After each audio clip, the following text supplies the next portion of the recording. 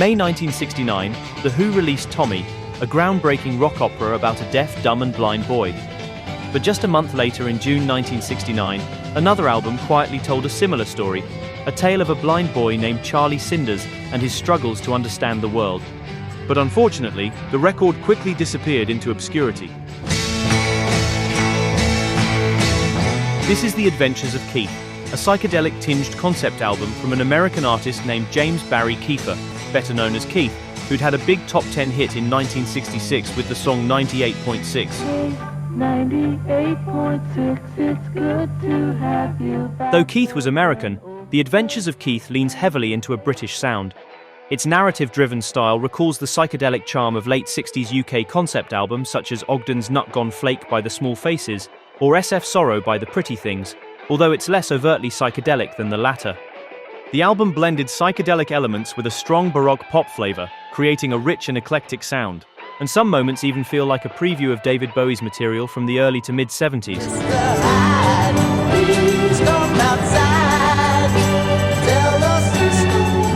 Despite its lack of success, the record remains a fascinating concept album, a hidden gem that deserves to be rediscovered. In this video, we'll dive into the history of The Adventures of Keith and explore some of its standout moments. Let's begin. Keith was born in Philadelphia in 1949 as James Barry Keefer. His first chance at success came in 1965, when producer Jerry Ross secured him a contract with Columbia Records. His debut single for the label was released in April 1965 as Keith and the Admirations. It's the caravan of lonely men. The single was a commercial failure, but Jerry Ross soon got him a solo contract with another label, Mercury Records, and that's when things started to take off. Ain't Gonna Lie, released in July 1966, was his first single for Mercury. Ain't gonna lie, that's one thing you and I could never. The track became a minor success, reaching a very respectable number 39 on the Billboard Hot 100 and paving the way for his following single, which became his biggest hit. This is Keith, 98.6. Good morning, sun, I say it's good to see you shining. Released in late 1966, 98.6 became a huge top 10 hit in the States, peaking at number 7 and staying on the charts for 14 weeks. And the single also found success internationally, reaching number 24 in the UK, number 6 in Canada, and number 27 in Australia. The song sold over 1 million copies worldwide, earning a gold disc, and remains the track Keith is best remembered for. At the Bag of Nails, which was a club at that point where they would come and hang out after they were working on Sgt. Pepper. I was in the loo, and John Lennon was on one side of me, staring at me, going, "That's right, I'm John Lennon, I'm John Lennon."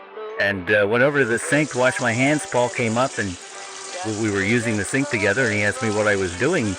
And I said, promoting a song that I had out, and he asked me what it was. I said 98.6, and he said, what a fabulous song.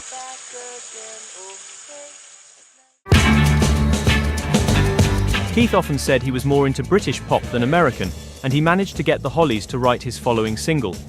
In an interview several years later, Keith said, The Hollies were on, and we kind of, in rehearsing, hooked up, and Tony Hicks said, we'd love to write a song for you. And I said, well, that's fabulous. And they took a guitar, and it was in the afternoon before the actual show was airing. And they went in the bathroom about 20 yards away, Alan Clark and Graham Nash, and came out 20 minutes later with Tell Me to My Face. You tell me to my face.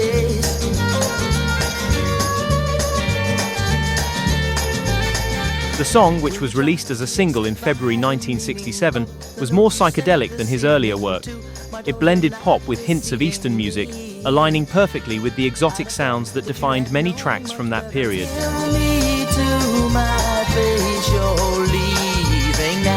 But Keith's music was still aimed at the pop singles market, not the hippie counterculture, and the single was probably a bit too weird for the teeny boppers who had bought his earlier records. Tell It to My Face still reached a very decent number 37 on the charts, but it marked a clear commercial drop from the massive success of 98.6.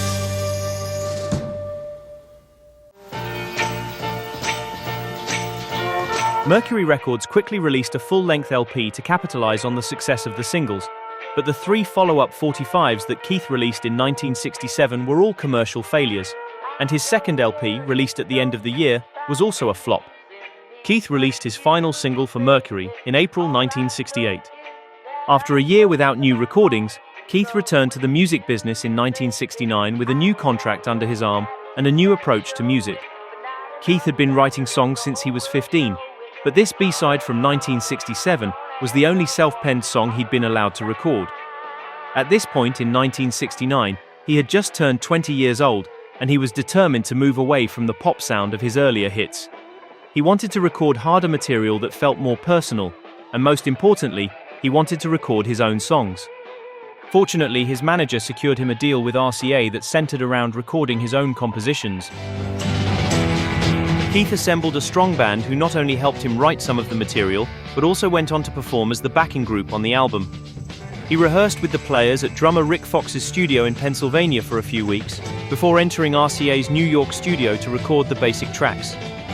In addition to Rick Fox on drums, the group included Dave Jimenez on lead guitar, who had previously played in a New York band called The Raves.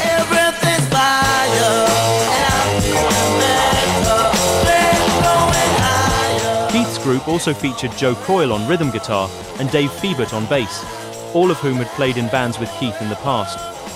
At the time, Keith was still primarily listening to British music, and those influences come through clearly on the album.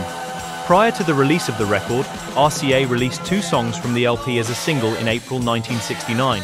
The A-side was a fantastic song called Marstrand. There's 2 ways to make it to Marstrand. Taking everything you can with a gun in your hand. And the B-side was another excellent tune called The Problem. Couldn't she laugh yet, but couldn't she cry? The single got positive reviews in the press, Cashbox wrote. Usually a gentle vocalist, Keith, of 98.6 renown, turns underground on a heavy-hitting ballad charged with the excitement of a blazing instrumental backdrop and a fiery vocal. It's a gripping side which is bound to bolt into the teen AM and FM running.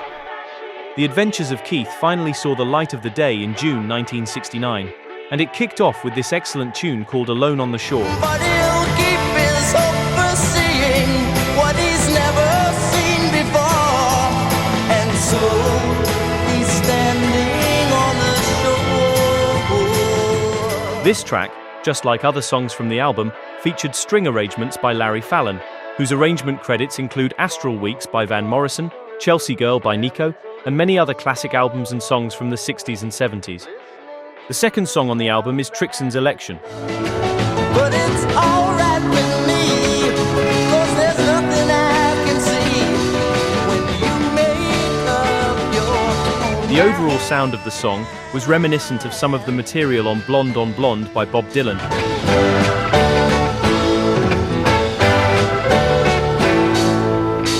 The following track, a song titled Waiting to Be, is a poignant tune with a fantastic string arrangement that gives the track an otherworldly psychedelic sound. Birds leave a footprint in the sand. The track deals with the protagonist's desire to break free and become his true self.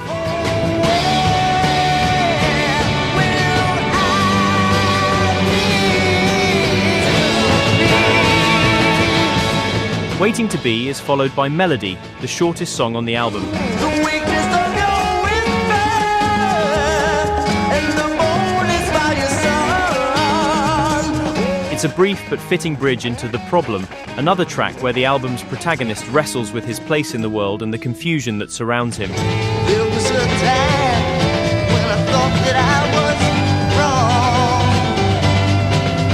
As previously stated, the song had already been released as a single in April 1969, and it's one of the standout tracks on the album. Could there be a way? Can you tell me if I'm right or if I'm wrong? Side B opens with Marstrand, another highlight from the album. There's 2 ways to make it to Marstrand.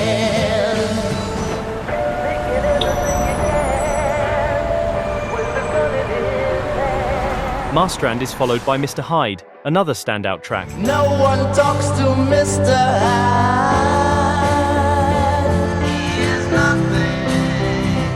What's he keeping inside? As mentioned at the beginning of the video, the song almost feels like a preview of David Bowie's work from the early to mid-70s. Mr. Hyde, please come outside. Tell us the story. There's no need to cry. This was one of the first songs that Keith and guitarist Dave Jimenez wrote for the album. In fact, the song was originally handed out to a New York band called the Cherry People, who released it as a B-side in February 1969. As a curious note, the Cherry People featured Future Angel member Punky Meadows on guitar. The following track is China Clipper. I opened up the doors each morning, looked around and saw the days begin. The song blends gentle, soft passages with more intense, powerful moments, creating a brilliant dynamic that drives the song forward.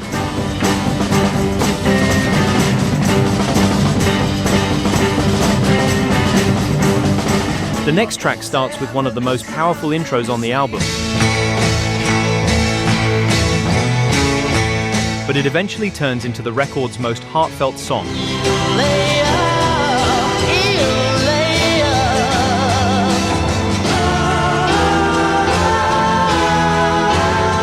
And this tune is followed by Charlie Cinders, the final track that represents the protagonist's ultimate demise. Charlie said he saw your face in his fireplace the day your sister ran away with the dog. Charlie Cinders feels like it's made up of two separate songs blended together, with different sections intertwined throughout the track.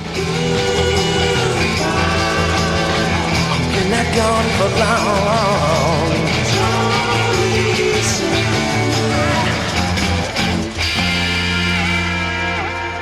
Upon its release in June 1969, the album went completely unnoticed, and the fact that Tommy by The Who had come out just a month earlier likely didn't help sales. There probably wasn't much room for two concept albums tackling such similar themes at the same time. Looking back, the similarities between the two albums are quite striking. Both focus on the story of a blind boy struggling to make sense of the world around him. They explore themes of isolation, identity, and personal struggle. And what's even more remarkable is that these parallels are purely coincidental, as The Adventures of Keith was recorded at least a couple of months before Tommy was released. A couple of months later, in August 1969, RCA released a new single featuring a song called A Fairy Tale or Two as the A-side. Jump up, 'cause there's no doubt about it. Everything here a fairy tale or two. The B-side was Trixon's Election, which had already been featured on the LP. Shortly after the album's release, Keith was arrested by US Army officials for draft evasion. After his release, he did some independent recording and later joined Frank Zappa's touring band in 1974. And soon afterward, he recorded a single for Discreet Records, one of Frank Zappa's labels. We've been in and out of love so many times. I shouldn't have. Nowadays, Keith is mostly remembered for 98.6. And unfortunately, The Adventures of Keith never got the recognition it deserved. But the album is an overlooked gem, a thoughtful, creative album that still holds up and deserves a second look. I hope you enjoyed this deep dive into The Adventures of Keith. If you did, consider giving the album a listen. You might just discover a new favorite. See you next time.